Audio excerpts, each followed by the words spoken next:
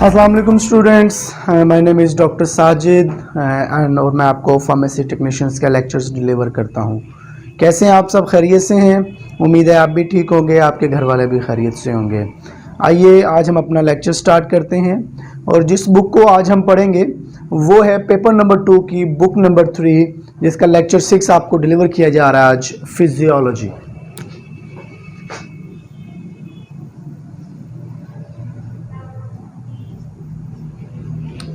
Paper 2 book 3 lecture 6।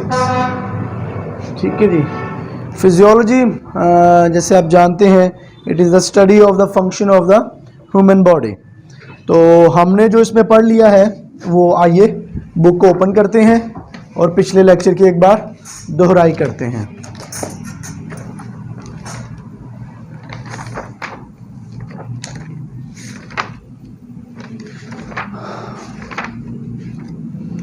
Last time हमने haemoglobin को पढ़ा था। हीमोग्लोबिन क्या होता है?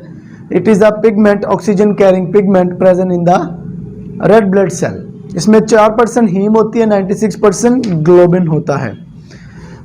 मेल्स में बात करें तो इसकी नॉर्मल वैल्यू 14 to 16 और फीमेल में 12 to 14 ग्राम पर 100 ml इसकी वैल्यू होती है। फिर इसकी जो factor necessary for synthesis of haemoglobin, functions haemoglobin के oxygen transport, carbon dioxide transport. फिर हमने अनीमिया को स्टार्ट किया था। What is anaemia? Anaemia may be defined as the decrease level of haemoglobin in blood below the reference level for the age and the sex of the individual. इसके बाद हमने blood loss anaemia, increase rate of destruction, impaired red cell production, ये सारी classifications पढ़ी किसकी? Anaemia की। उसके बाद हमने एप्लास्टिक एनीमिया को स्टार्ट किया हमने। ठीक है जी। फिर उसके बाद मेगालोब्लास्टिक एनीमिया पढ़ा हमने। विटामिन B12 डेफिशिएंसी एनीमिया पढ़ा हमने। अच्छा, एप्लास्टिक एनीमिया क्या होता है? It is the in this type of anaemia the RBCs, WBCs and the platelets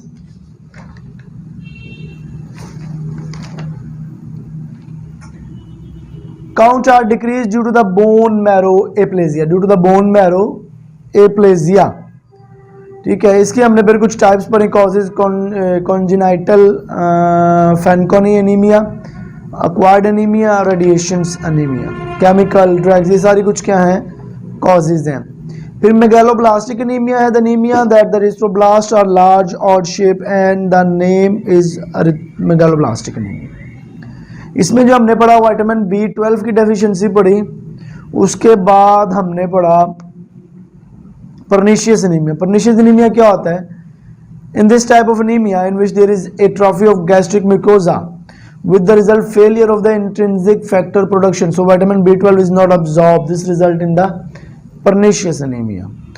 causes ये है कि मेगालोब्लास्टिक एनीमिया होती है जिसकी वजह से विटामिन B12 डेफिशिएंसी हो जाती है। आइए अब हम नेक्स्ट स्टार्ट करते हैं अपना folic acid deficiency anaemia.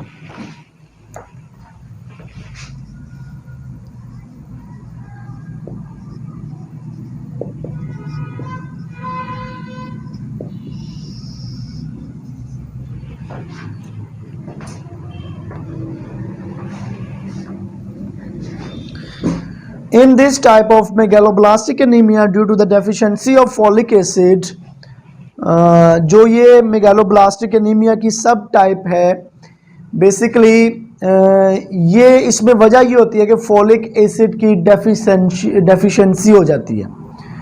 In this type of megaloblastic anaemia, ये जो मेगालोब्लास्टिक एनीमिया की टाइप है ये इस वजह से होती है कि इसमें फॉलिक एसिड की कमी हो जाती है।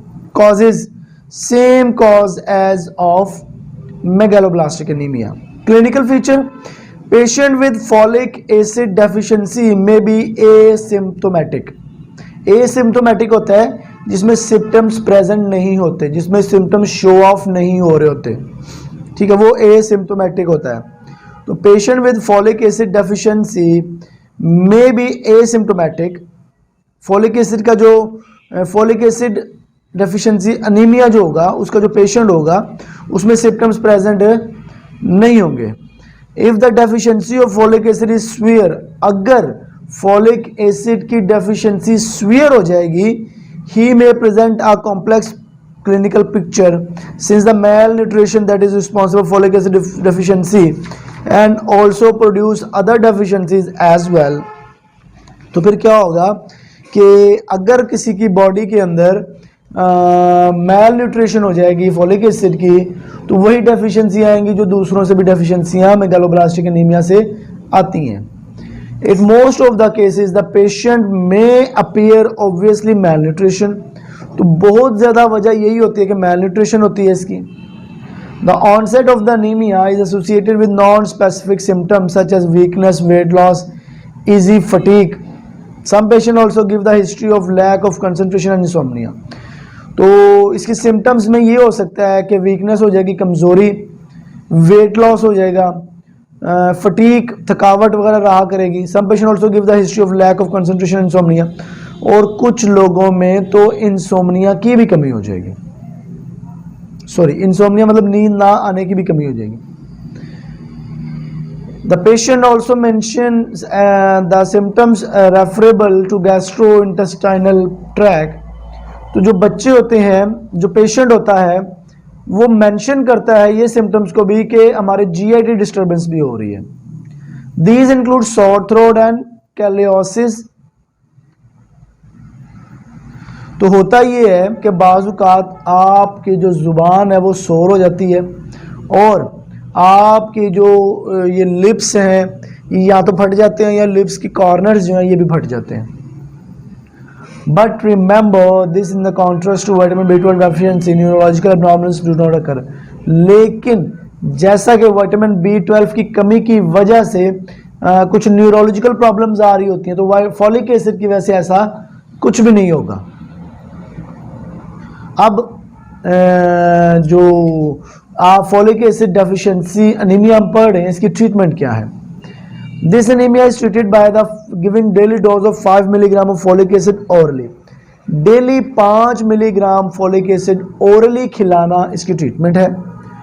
Prophylactic folic acid is also advisable in pregnancy and in chronic haematological disorder.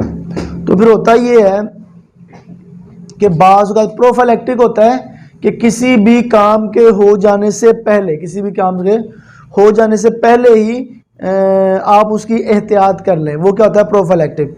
तो फोलिक एसिड की कमी होने की वजह से कमी होने से पहले ही क्या है, फोलिक एसिड को भी खिलाया जा सकता है।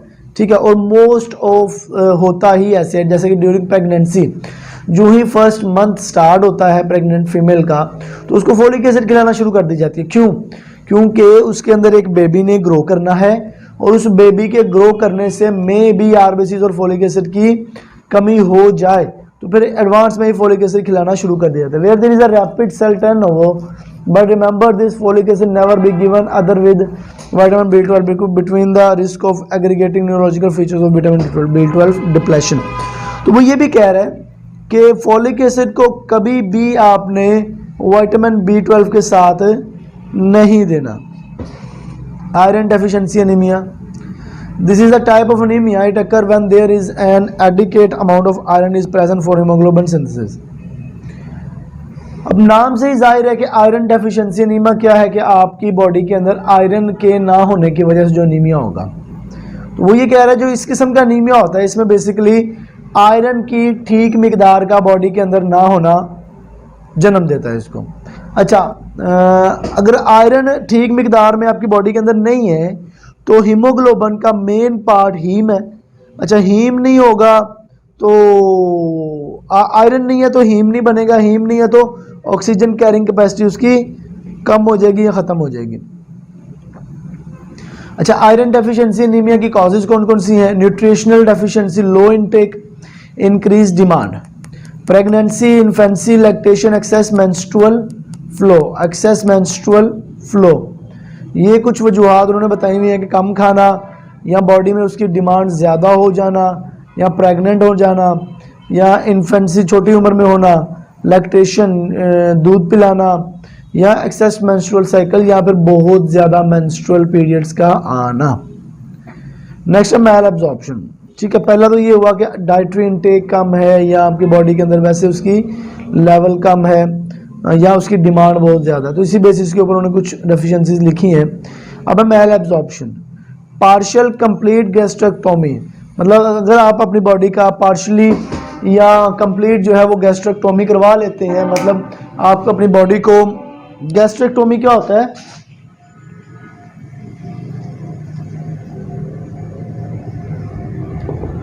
गैस्ट्रेक्टोमी होता है कि आप अपनी बॉडी जो है उसको अपनी बॉडी नहीं, अपने स्टमक को जो है आप कट करवा लेते हैं या अपनी आधा कट करवा लेते हैं या पूरे का पूरा स्टमक निकलवा देते हैं, तो ये क्या होगा, गैस्ट्रेक्टोमी। फिर आता है achlorhydria, steatorrhoea, coeliac tissues, intestinal tuberculosis, acute chronic blood loss, peptic ulcer, colony carcinoma, hemorrhoid, hookworm infection, bleeding disorders। ठीक है जी, तो इसमें हम देख लेते हैं मैल एब्जॉर्प्शन में। पहला है गैस्ट्रेक्टोमी, जो मैंने आपको बता दिया कि स्टमक को या तो पूरे का पूरा बॉडी से रिमूव करवा देना या स्टमक को आधा रिमूव करवाना गैस्ट्रेक्टोमी कहलाती है। अच्छा, एक्लोहाइडिया क्या होता है, HCl का आपके स्टमक के अंदर ना बनना। फिर है स्टेटोरिया, स्टेटोरिया बेसिकली ये एक डिसऑर्डर है जिसमें फैट जो है वो आपकी स्टूल में से पास आउट होना स्टार्ट कर देता है, स्टूल के साथ बॉडी से फैट निकलना शुरू हो जाता है। फिर है सीलियक डिजीज, होता ही है कि जो ग्लूटेन है ना वो आपकी बॉडी के अंदर बिल्कुल ठीक से नहीं होता, उसकी मतलब जो है ना प्रॉपरली रिक्वायरमेंट पूरी नहीं हो रही होती। फिर इंटेस्टाइनल ट्यूबरक्लोसिस, तो आपकी आंतरियों की टीबी जिसे कहा जाता है। नेक्स्ट है पेप्टिक अल्सर। ठीक है, तो ये डिफरेंट डिजीजेज हैं जिसकी वजह से आयरन डेफिशिएंसी एनीमिया हो जाता है। फिर है clinical features, the symptoms of iron deficiency anaemia are similar to all other anaemias, जैसे कि जो आयरन डेफिशिएंसी एनीमिया होगा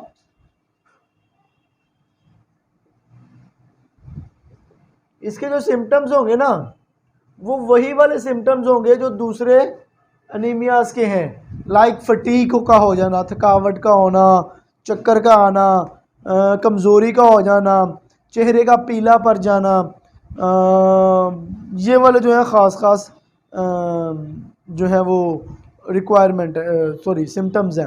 अच्छा, ब्रिटल नेल्स एंड हेयर, ये क्या है कि आपके जो नाखून हैं वो आसानी से टूट जाएंगे, बारीक हो जाएंगे। ठीक है, ये भी ब्रिटल नेल्स है। फिर उसके बाद क्या है, कॉलन क्यास ये है कि आपके जो नाखून है उनकी जो शेप होगी ना वो अंदर की तरफ धंस जाएगी, स्पून की तरह हो जाएगी। Atrophy of tongue, glossitis and angular stomatitis, dysphagia ये होता है बार बार भूख का लगना। ठीक है जी, और एट्रोफी ऑफ टंग होता है कि आपकी टंग जो है वो ठीक से काम नहीं कर पा रही। अच्छा, इसकी ट्रीटमेंट क्या होगी, the correct line of treatment of iron deficiency is to find and treat line the underline case.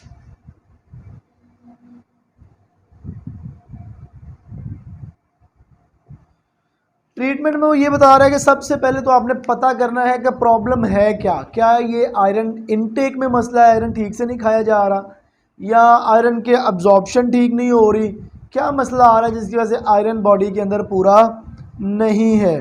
तो उसमें वो ये कह रहे हैं कि करेक्ट लाइन ऑफ ट्रीटमेंट तो यही कि आप सबसे पहले ये पता करें कि आयरन की कमी क्यों है। Oral iron is advise in the form of ferrous sulphate in the dose of 600 mg daily. तो वो ये कह रहे हैं कि ओरल डोज ऑफ आयरन जो है वो रिकमेंड की जाती है जब आयरन की कमी होती है, तो 600 मिलीग्राम डेली जो है ना वो अप टू 600 मिलीग्राम इतनी डोज में दी जा सकती है iron per day. If the patient is intolerance of oral preparation due to the Plummer Vinson syndrome he may be advise the parenteral iron. तो वो ये कह रहा है कि कुछ मरीज़ है उसको कोई ऐसी प्रॉब्लम है कि उसको मुंह से नहीं खाई जा रही ना आयरन, तो फिर उसको हम लोग थ्रू इन्फ्यूजन ब्लड में ड्रिप के ज़रिए, टीके के ज़रिए उसको हम लोग आयरन जो है वो लगाएंगे। यहाँ पे एक लफ्ज़ लिखा हुआ है प्लमर विंजन सिंड्रोम। तो प्लमर विंजन सिंड्रोम ये होता है, एक बीमारी होती है जिसमें कोई भी इंसान जो है वो ठीक से खाने को निगल नहीं पाता, गले से हलक से नीचे नहीं उतार पाता। Iron dextran can be given in doses of 50 to 250 microgram daily by deep intramuscular injection. Iron dextran जो है उसका जो इंट्रामस्कुलर इंजेक्शन है वो लगाया जा सकता है, जिसकी जो डोज है वो 50 टू 250 मिलीग्राम डेली हो सकती है। It is better to give blood transfusion case when the HB is less than 5 milligram percent. तो वो ये कह रहा है कि इन सब ट्रीटमेंट्स के अलावा जो आप ट्रीटमेंट करेंगे आयरन की, अगर इनके अलावा अगर आप देख रहे हैं कि आपका HB लेवल 5 मिलीग्राम से कम है, तो आप क्या करेंगे, नॉर्मली ब्लड ट्रांसफ्यूजन करेंगे, उस पेशेंट को ब्लड लगाएंगे आप, और ब्लड की एक बॉटल जो 450 ml 470 ml की होगी, वो एक बोतल लगा देंगे तो HB लेवल अप आना स्टार्ट हो जाएगा। नेक्स्ट है हीमोलाइटिक एनीमिया। नेक्स्ट क्या है, haemolytic anaemia. Haemolytic anaemia means breakdown of red blood sales. Haemolytic नाम से ही जाहिर है, हीम का मतलब होता है ब्लड और लाइटिक का मतलब होता है टूटना। तो हीमोलाइटिक एनीमिया जो होता है इसमें क्या होता है, the breakdown of red blood cells. In this anaemia there is early rupturing of the red blood cells and release of haemoglobin. तो हीमोलाइटिक एनीमिया जो होता है इसमें क्या होता है कि बेसिकली जो रेड ब्लड सेल्स हैं वो टूटना स्टार्ट हो जाते हैं, रप्चर होना, फट जाना होता है। तो वो रप्चर होना स्टार्ट हो जाते हैं जो ही early rupturing of the red blood cells and the release of haemoglobin. तो RBCs फट जाते हैं, हेमोग्लोबिन उनमें से निकल जाती है। Different abnormalities of RBCs, many of which are hereditary or acquired। तो बहुत सारी ऐसी abnormalities हैं, ऐसी ख़राबियां हैं RBCs की जो या तो नस्ल दर नस्ल चलती हैं या फिर वो किसी से हासिल की जाती हैं। Make the cell very fragile so that they rupture easily. या फिर ये भी हो सकता है कि सेल बना ही ऐसा हो कि उसका रप्चर होना, फट जाना ये उसकी बनने से हो। Even though the number of RBCs form is completely normal, their life is so short that it cause the anaemia. तो वो ये कह रहा है कि मतलब आप इतने RBCs बन भी जाएं कि आपका हीमोग्लोबिन लेवल, RBCs लेवल पूरा बराबर हो, लेकिन फिर भी क्या होता है कि HB लेवल जो है वो डाउन हो सकता है। नेक्स्ट उन्होंने शेप्स बनाई हैं, normal cell, spherical cell, oval cell and sickle cell.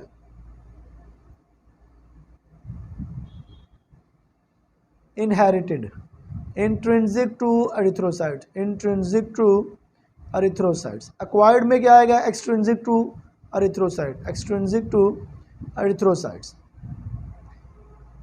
Cellular में क्या होगा, spherocytosis, elliptocytosis, acanthocytosis, enzyme deficiencies, haemoglobinopathy, sickle cell, HBC porphyrias, paroxysmal nocturnal haemoglobinuria.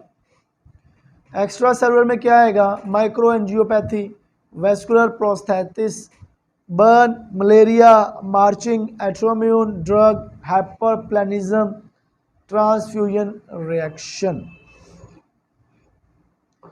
इसके बाद अगर हम देखेंगे कॉजेज ऑफ हेमोलाइटिक एनीमिया क्या है, तो नंबर 1 है intracorpuscular abnormalities, hereditary spherocytosis, RBCs are sphere shape, sickle cell anaemia, thalassaemia. ये जो थैलेसीमिया, सिकल सेल एनीमिया ये डिजीजेज हैं, इन वजह से भी हेमोलाइटिक एनीमिया हो सकता है। Extra corpuscular abnormalities, extra corpuscular abnormalities क्या है? एरिथ्रोब्लास्टोसिस फैटलस, ये भी एक डिजीज़ है, एबनॉर्मलिटीज़ है। ऑटो इम्यून हीमोलाइटिक एनीमिया, और ऑटो इम्यून हीमोलाइटिक एनीमिया भी हो सकता है। Acquired haemolytic anaemia due to toxin bacteria and physical agent malaria, या फिर ये भी हो सकता है कि मलेरिया या कोई ऐसा एजेंट हो जो आपके आरबीसीज को तोड़ फोड़ का शिकार कर रहा हो। ग्लूकोज 6 फॉस्फेट डिहाइड्रोजनेज डेफिशिएंसी, और जो ग्लूकोज 6 फॉस्फेट डिहाइड्रोजनेज डेफिशिएंसी है इस वजह से भी हो सकता है। और बाज़ औक़ात कुछ ड्रग्स भी ऐसी होती हैं जो आरबीसीज को डैमेज कर देती हैं। हाइपर सेप्लिनिज्म, तो जो सप्लीन है उसका बड़े हो जाना भी हीमोलाइटिक एनीमिया करवा सकता है। कैसे करवा सकता है? क्योंकि सप्लीन का काम है रिसाइकलिंग ऑफ द आरबीसीज। तो जब सप्लीन बड़ा हो जाएगा तो वो ओवर एक्टिव हो जाएगा, ज़्यादा काम करना शुरू हो जाएगा, जिसकी वजह से वो नॉर्मल सेल्स की भी रिसाइकलिंग कर देगा। और रिसाइकलिंग होती कैसे है? उसको तोड़ना फोड़ना, उसको जिस्म से ज़ाया करने।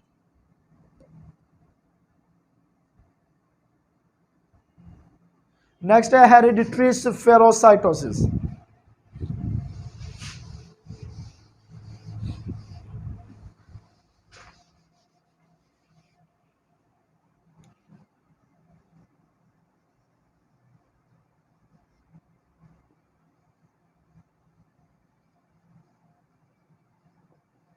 Hereditary spherocytosis,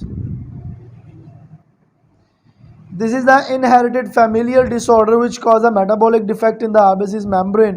This lead to an increased permeability of the cell membrane to sodium. This result in RBCs which are very small in size and spherical in shape rather than biconcave discs. These cells cannot be compressed because they do not have normal, instead loose bag cell like cell membrane which can easily rupture on even a slight compression. वो ये कह रहा है जो hereditary spherocytosis होता है, basically ये क्या होता है कि जो आरबीसीज सेल के ऊपर सेल मेम्ब्रेन होती है ना, वो ठीक से नहीं बनी होती, उसकी मेटाबॉलिज्म ठीक से नहीं हुई होती, और ये ही क्या करता है, सोडियम की इनटेक में हेल्प आउट करता है, आउटटेक में हेल्प आउट करता है, जिसकी वजह से क्या होता है, उसकी जो शेप बनती है ना वो इरेगुलर हो जाती है। जो नॉर्मल रेड ब्लड सेल की शेप होती है वैसी नहीं होती, और ये सेल मेम्ब्रेन बहुत कमज़ोर होती है और ये सेल को किसी वक्त भी रप्चर कर सकती है। क्लिनिकल फीचर ये the patient suffer from anaemia and intermittent attack of jaundice, the patient is more liable to develop gall stone and ulcer on the legs are quite common. The patients, अच्छा वो मरीज़ जिनको ये hereditary spherocytosis anaemia हुआ होता है उनमें jaundice का ख़तरा होता है, पीला यरकान जिसे बोला जाता है। और ये भी प्रॉब्लम होती है कि जो हेरिडिटरी स्फेरोसाइटोसिस के पेशेंट होते हैं उनमें कुछ चांसेस ये भी होते हैं कि उनमें गाल स्टोन डेवलप कर जाए, या उसके साथ अल्सर भी हो सकता है उनको। ट्रीटमेंट ये है folic acid 5 milligram per day,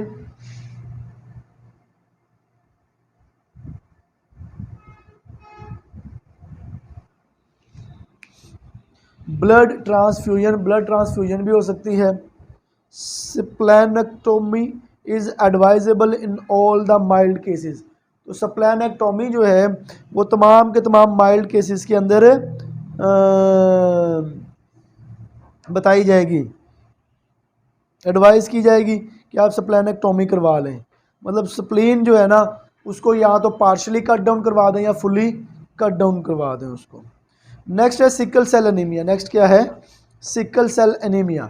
sickle cell anaemia क्या होता है? There is an abnormal form of HB called HBS which is caused in inherited genes।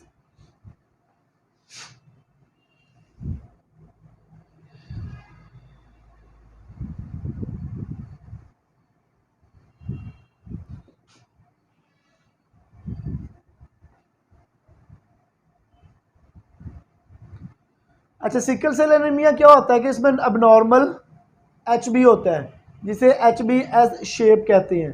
ये नॉर्मल शेप नहीं होता, ठीक से काम नहीं करता, ठीक है। मतलब HB का मेन काम क्या है? ऑक्सीजन को कैरी करना। तो जब ये शेप में नॉर्मल नहीं है, फंक्शन में नॉर्मल नहीं है, तो ऑक्सीजन को कैरी ठीक से नहीं कर पाएगा। और ये वाली जो प्रॉब्लम है ये बेसिकली जेनेटिक प्रॉब्लम है, ये जीन्स में वेरिएशन आने से ही होती है। और जेनेटिक प्रॉब्लम मतलब हेरिडिटरी प्रॉब्लम है। क्लिनिकल फीचर्स क्या होंगे?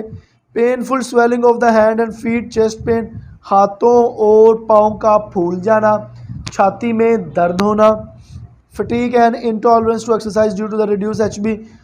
जब भी एक्सरसाइज करेंगे फटीग हो जाएगी, थकावट हो जाएगी, इंटॉलरेंस हो जाएगी, मतलब बर्दाश्त के काबिल नहीं रहेगी एक्सरसाइज।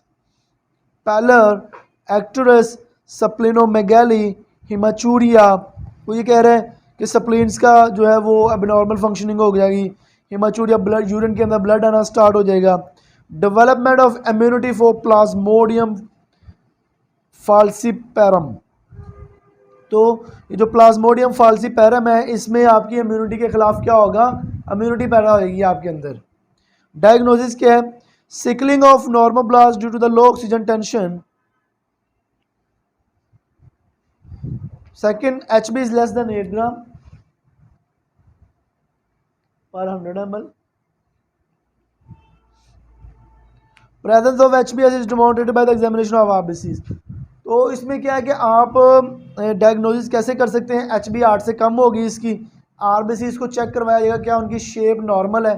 अगर उनकी शेप नॉर्मल नहीं है, या HBS है, तो फिर क्या होगा? हम लोग डायग्नोज करेंगे कि इसको सिकल सेल एनीमिया है।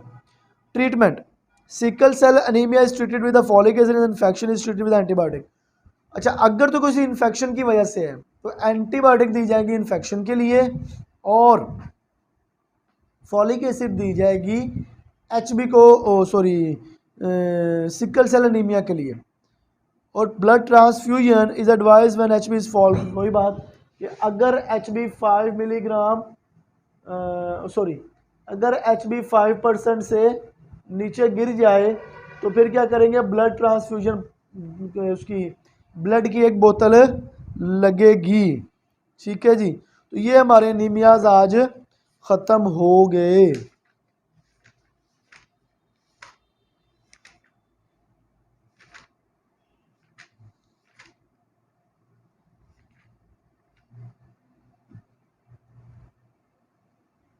नेक्स्ट है एरिथ्रोसाइट, ESR।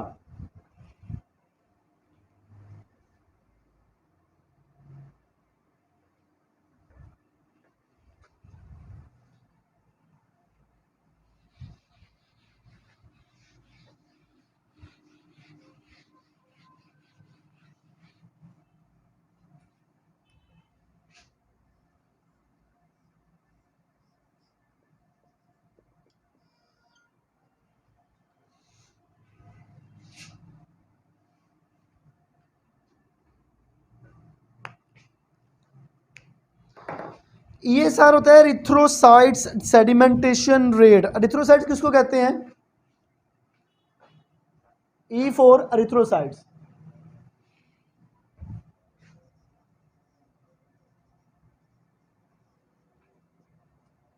एरिथ्रोसाइट्स कहते हैं RBCs को, रेड ब्लड सेल्स को। अच्छा, E for erythrocytes, S for sedimentation, R for rate. अच्छा, एरिथ्रोसाइट्स सेडिमेंटेशन, सेडिमेंटेशन होता है बैठ जाना। ठीक है, ये बेसिकली एक केमिकल की, केमिस्ट्री की टर्म है सेडिमेंटेशन, जिसका मतलब है बैठना या जम जाना। जैसे बिलफर्ज हम अगर कोई जूस वगैरह बनाते हैं, कोई भी चीज़ बनाते हैं, तो उसमें जो हैवी चीज़ होती है वो नीचे बैठ जाती है, उसे बोलते हैं सेडिमेंटेशन। अगर आप वो कभी कोई सिरप लेने जाएं तो आपने देखा होगा, लिखा होगा इसको हिला के इस्तेमाल करें, मिक्स करके इस्तेमाल करें। अच्छा, मिक्स नहीं करेंगे तो क्या होता है? लिक्विड ऊपर और सॉलिड वगैरह नीचे बैठ जाता है। तो यही है कि जो एरिथ्रोसाइट्स, रेड ब्लड सेल्स होते हैं, इनकी जो सेडिमेंटेशन होती है, ये जो बैठते हैं वो किस रेट से बैठते हैं? ESR उसको कहते हैं। ठीक है, एरिथ्रोसाइट्स को अगर हम इसका सैंपल लें ट्यूब के अंदर या किसी भी चीज़ के अंदर, तो उसके जो RBCs होंगे उस ब्लड के, वो कितनी देर में बैठेंगे? ये ESR होते हैं। आइए इसको पढ़ लेते हैं। In the presence of an anticoagulant, process of settling down of RBCs from the specimen of blood is known as a sedimentation. एक ब्लड के सैंपल के अंदर जो आपके आरबीसीज हैं एंटी कागुलेंट के होते हुए वो कितनी देर में सेटल डाउन होते हैं उसको सेडिमेंटेशन कहते हैं. The rate at which this settling of RBCs occur is known as the erythrocyte sedimentation rate. और ये किस स्पीड से किस रेट से सेडिमेंट होते हैं इसको बोलेंगे erythrocytes sedimentation rate. RBC settle because they are heavier than plasma. RBCs इसलिए बैठते हैं प्लाज्मा से ये हैवी होते हैं तो प्लाज्मा ऊपर आ जाता है आरबीसीज नीचे बैठ जाते हैं. The ESR is enhanced by the Rolex formation. तो रोलेक्स फॉर्मेशन जो है इसके ज़रिए भी हम ईएसआर को बढ़ा सकते हैं.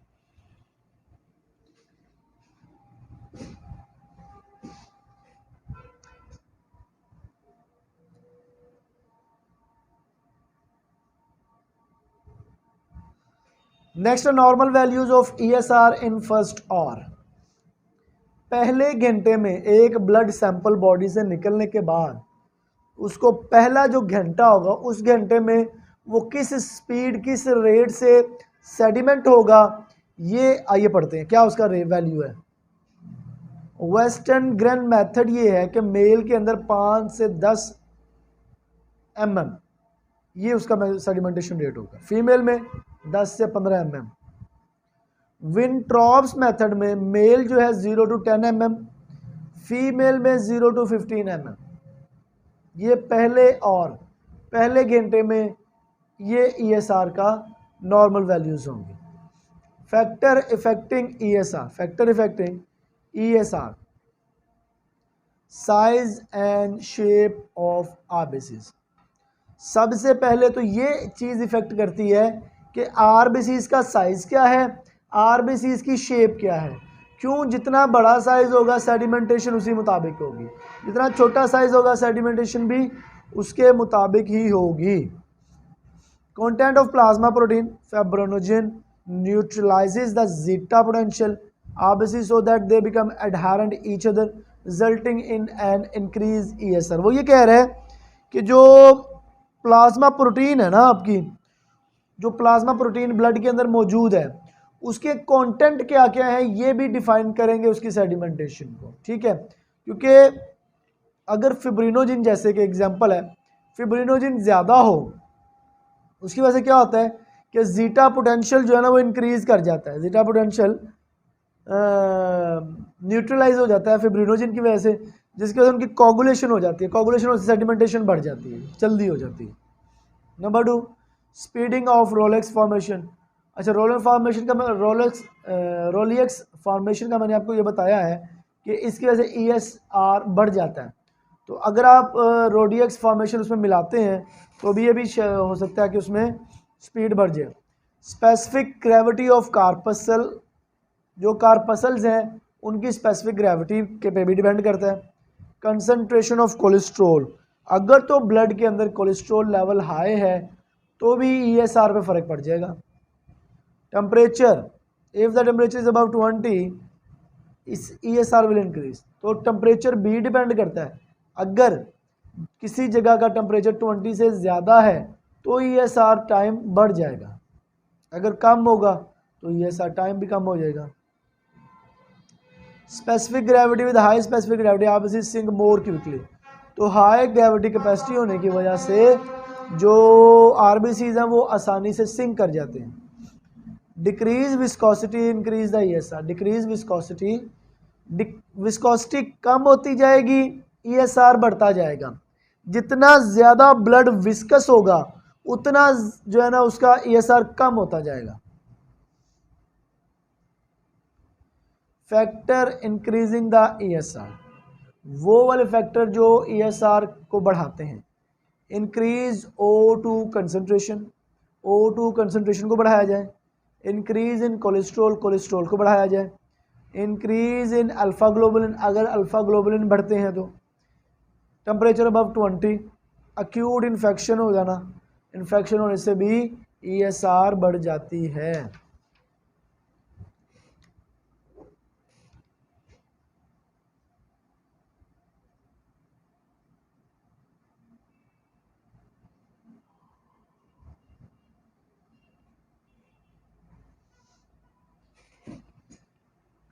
नेक्स्ट है वेरिएशंस इन ESR।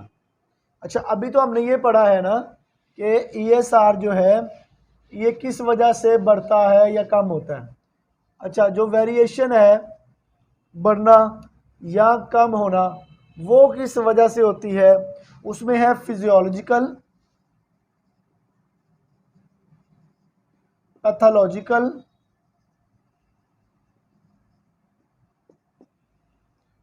और नंबर थर्ड पे है, सॉरी दो ही हैं, ठीक है।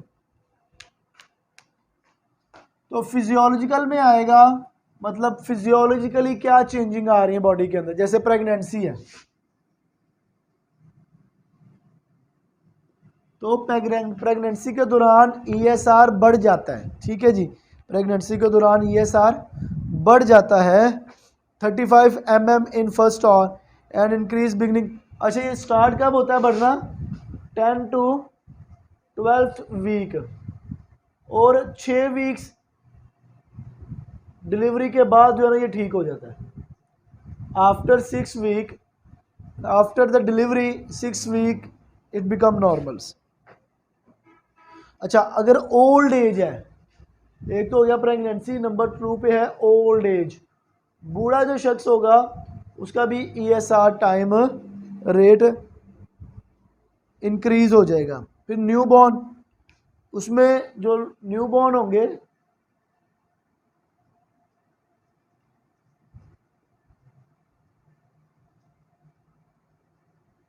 न्यू बॉर्न के अंदर ESR टाइम डिक्रीज हो जाता है, ठीक है जी। फिर आता है in children the ESR is 13 to 30 mm first year. Children में भी जो ESR है वो 30 to 13 mm है। It is considerably increase during menstruation. और नंबर 4 पे मेंस्ट्रुएशन आएगी, जो मेंस्ट्रुअल साइकिल है फीमेल्स के अंदर उसमें भी ESR टाइम जो है वो बढ़ जाता है, ESR टाइम बढ़ जाता है, ठीक है। ये कुछ हो गई physiological factor, pregnancy, old age, newborn, menstrual cycles. अच्छा, अब अगर हम बात करें पैथोलॉजिकल फैक्टर्स की, पैथोलॉजिकल फैक्टर क्या आपकी बॉडी के अंदर कोई ना कोई डिजीज डेवलप हो रही है या कोई और मसला आ रहा है, तो पैथोलॉजिकल फिजियोलॉजिकल जब पैथोलॉजिकल जब बात करेंगे तो उसमें आएगा नंबर 1 इन्फेक्शन।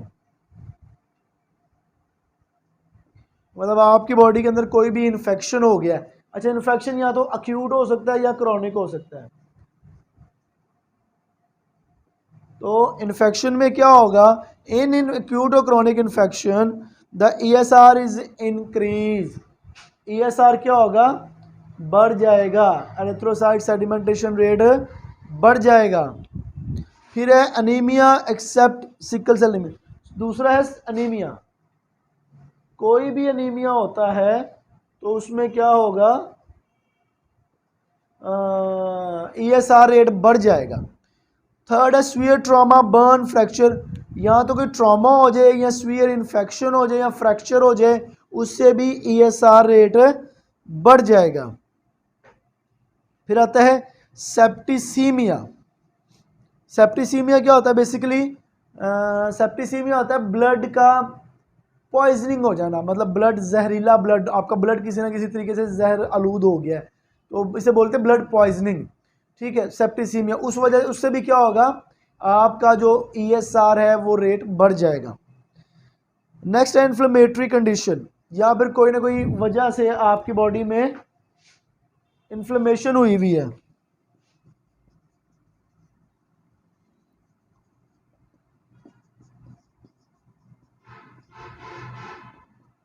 कोई भी ऐसी वजह जिस वजह से आपकी बॉडी के अंदर इन्फ्लेमेशन हो जाए उस वजह से भी आपका ESR रेट बढ़ जाएगा। नेक्स्ट आएगा inflammatory condition, pulmonary tuberculosis, malignancies. Number 5 पे लिख लें TB, ट्यूबरक्लोसिस, और नंबर 6 पे लिख लें आप मलिग्नेंसी। तो मलिग्नेंसी क्या है, irregular growth of the body at a specific point, मतलब आपका कोई सेल है वो इरेगुलर ग्रोथ करी जा रहे हैं, उसमें भी ESR रेट बढ़ जाएगा। TB में भी ब्लड पॉइजनिंग में भी, इन्फ्लेमेशन में भी, अनीमिया, इन्फेक्शन, इन तमाम पैथोलॉजिकल कंडीशंस के अंदर क्या होगा, आपका ESR रेट बढ़ जाएगा। और रही बात फिजियोलॉजिकल फंक्शंस की, अगर बात करें तो during pregnancy, during menstrual cycle, during old age, newborn and children, आपके ESR पे फर्क पड़ेगा। अच्छा, क्लिनिकल सिग्निफिकेंस क्या होती हैं, सॉरी उसमें एक बात आता है, condition in which ESR is decrease. ऐसी कौन सी पैथोलॉजिकल कंडीशन है जिसमें आपका जो ESR है वो, ये तो सारी मैंने बताई है, infection, anaemia, inflammation, septicaemia, TB, malignancy, जिनमें ESR रेट बढ़ जाता है। अच्छा, अब ऐसी कौन सी कंडीशन है जिनमें ESR रेट कम हो जाता है, उसमें आता है नंबर 1 है cardiac failure, polycythaemia and fibrinogenaemia. Cardiac failure, number 2 polycythaemia, and number 3 is fibrinogenemia। तो ये आपकी 3 ऐसी कंडीशंस हैं जिनमें ESR रेट डिक्रीज हो जाता है। ठीक है जी। अच्छा, कार्डियक फेलियर क्या होता है, बेसिकली कार्डियक फेलियर ये होता है कि जिसमें आपका जो हार्ट है वो बंद, ठीक है, हार्ट अटैक भी से कहा जा सकता है, या आपका हार्ट काम करना छोड़ देना, उसको कार्डियक फेलियर बोलेंगे। सेकेंड है पॉलीसाइथीमिया। तो पॉलीसाइथीमिया जो है basically increase number of RBCs है, जब आरबीसीज का नंबर बहुत ज़्यादा हो जाएगा उससे भी क्या होगा, ESR रेट जो है वो कम हो जाएगा। उसके बाद आता है फिब्रिनोजेनेमिया। ये क्या होता है कि आपके ब्लड के अंदर जो फाइब्रिन्स हैं उनका लेवल बहुत ज़्यादा हो जाना फिब्रिनोजेनेमिया कहलाता है। ठीक है जी, इसकी समझ आ गई आपको। नेक्स्ट है क्लिनिकल सिग्निफिकेंस ऑफ ESR। तो डायग्नोस्टिक सिग्निफिकेंस क्या होते हैं, the ESR helps in diagnosis of disorder and infection. The presence of an increase ESR suggest an organic disease even in the absence of any other science. वो ये कह रहा है कि ESR से हमें बहुत सारी बीमारियों को डायग्नोज करने में हेल्प होती है। ठीक है। अच्छा, इन डिजीज़ भी हैं, इन्फेक्शंस भी हैं, वो सारे हम लोग ESR से पता करवा सकते हैं। अच्छा, वो ये कह रहे हैं कि अगर तो आपका ESR बढ़ा हुआ है तो आप बड़ी आसानी से कह सकते हैं कोई ना कोई ऑर्गेनिक डिजीज़ मौजूद है बगैर किसी और साइन और सिम्टम्स के भी। ठीक है, ये सारी बात है। फिजियोलॉजिकल फैक्टर और पैथोलॉजिकल फैक्टर्स जो है, ये इतने ज़्यादा पैथोलॉजिकल फैक्टर्स हैं, तो अगर तो बढ़ा हुआ है तो फिर आप समझ जाएं कि कोई ना कोई ऑर्गेनिक डिजीज ज़रूर मौजूद है।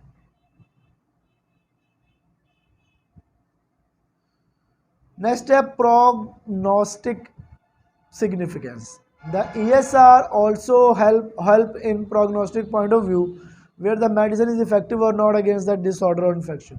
अच्छा, इसमें यह भी देखा जाता है कि मेडिसन बाज़-औक़ात हम लोग कुछ जो डिजीज़ हैं जब उनका इलाज कर रहे होते हैं तो ये देखना पड़ता है कि क्या वो मरीज़ को फ़ायदा भी हो रहा है कि नहीं।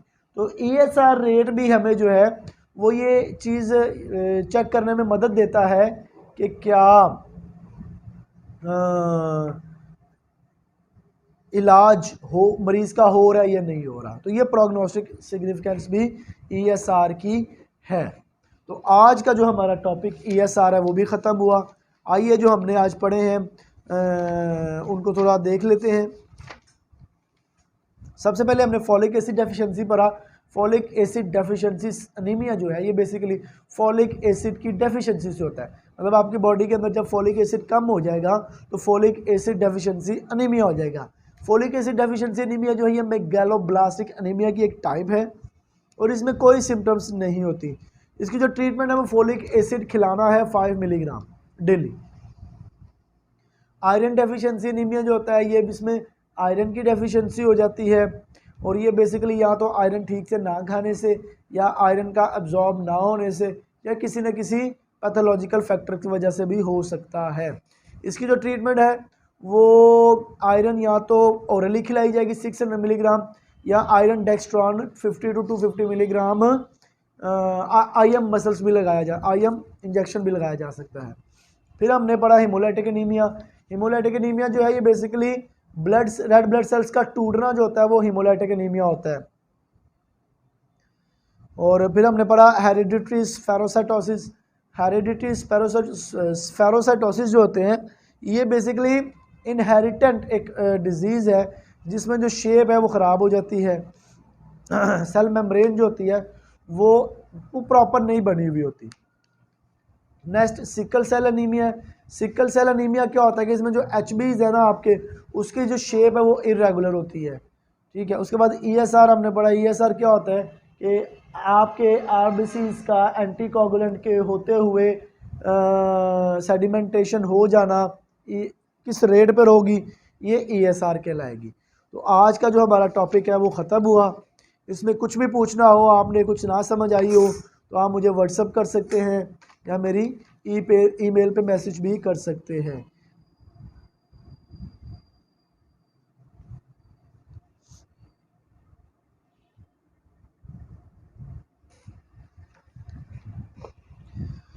नेक्स्ट टाइम के लिए अपना ख्याल रखिएगा, अपने माँ बाप का ख्याल रखिएगा। मेरी तरफ से आज आपको इतना ही। अस्सलाम वालेकुम।